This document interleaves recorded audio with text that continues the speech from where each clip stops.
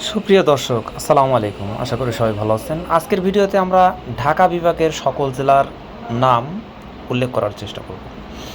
ঢাকা বিভাগে যে সমস্ত জেলা রয়েছে, বর্তমানে ঢাকা বিভাগে মোট 13টি জেলা রয়েছে।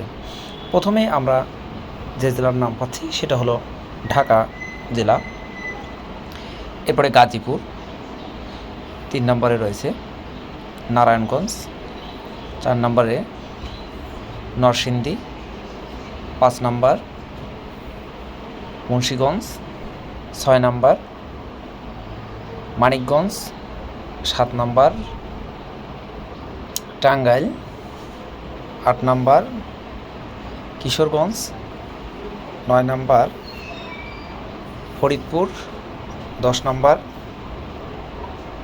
মাদারীপুর, 11 নম্বর শরীয়তপুর, 12 নম্বর গোপালগঞ্জ, 13 নম্বর রাজবাড়ী। এই হলো ঢাকা বিভাগের মোট 13টি জেলা।